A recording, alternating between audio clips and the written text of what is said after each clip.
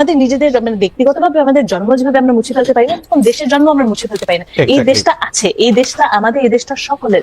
এবং আমার মনে হয় যে যারা যারা মানে আমার কাছে ভাবতে খুব অবাক লাগে যে এরকম কেউ থাকতে পারে যে আসলে মুছে ফেলতে চায়, এবং তারা যদি ওইদিকে যায় তাহলে সেটা অবশ্যই সমস্যাজনক। কিন্তু আমার ধারণা যে যারা অন্য অন্য ধরনের মত পোষণ করেন, তারা আসলে হয়তো চায় যে বাংলাদেশের অন্য একটা রূপ থাকুক। হ্যাঁ, বাংলাদেশ মুছে যাক সেটা নিশ্চয়ই চায় না, তো সেটাও আবার আলোচনার জায়গা, সেটাও আবার বিনিময়ের জায়গা। ডক্টর মুর্শিদ, আপনার বক্তব্য পর্যায়ে পরিষ্কার। আমরা পরবর্তী প্রসঙ্গে আপনার কাছে আসবো, তবু আমরা একটু জনাব সারোয়ার তুষারকে একটু শুনতে চাই যে এই বিষয়ে আপনার টেক কি। আমি আর নতুন করে প্রশ্নটা করলাম না, আপনি বা আপনার জন্য প্রশ্নটা আমি একটু পরে করবো। আপনি এই বিষয়ে আপনার একটু মত। বন্ধুকে আমি আলাদা করে ফেলবো, আরো 5 জনের সাথে একসাথে করে ফেলবো, জয় বাংলাকে আমার বাদ দিতে হবে ঘোষণা দিয়ে, তারপরে হচ্ছে যে মুক্তিযোদ্ধাদেরকে আমরা ওই সম্মান আর দিব না।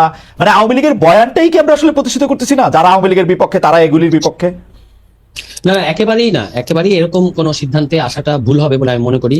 যেটা ঘটেছে যে মানে 7 মার্চকে তো কেউ অস্বীকার করে নাই, কিংবা কেউ তো বলে নাই যে জয় বাংলা যে আমাদের ইতিহাসের অংশ, এটা কেউ অস্বীকার করছে না। কিন্তু এই জিনিসগুলোকে আওয়ামী লীগ এমন ভাবে দলীয়করণ করেছিল, সেটা নিয়ে জনগণের মধ্যে একটা অস্বস্তি আছে, এটা তো আপনি স্বীকার করবেন নিশ্চয়ই। সেই অস্বস্তির কারণ থেকে এবার যে সমস্ত স্বর, যে ইতিহাসের যে সমস্ত দিক বা যে সমস্ত ব্যক্তিত্বরা আমাদের ঐতিহাসিক যে চরিত্ররা বাদ পড়েছিল, আওয়ামী লীগ যাদেরকে বাদ দিয়েছিল, তারা এবার সামনে চলে এসেছে এবং এই ঘটনাগুলো স্বতঃস্ফূর্ত ভাবেই ঘটছে। আর মুক্তিযোদ্ধাদেরকে অবমূল্যায়ন করা হচ্ছে এরকম আমার তো চোখে পড়ে নাই, বরং এবার ভুয়া মুক্তিযোদ্ধা যারা তারা চিহ্নিত হচ্ছে, মানে তাদেরকে চিহ্নিত করা হচ্ছে, আলাদা করা হচ্ছে।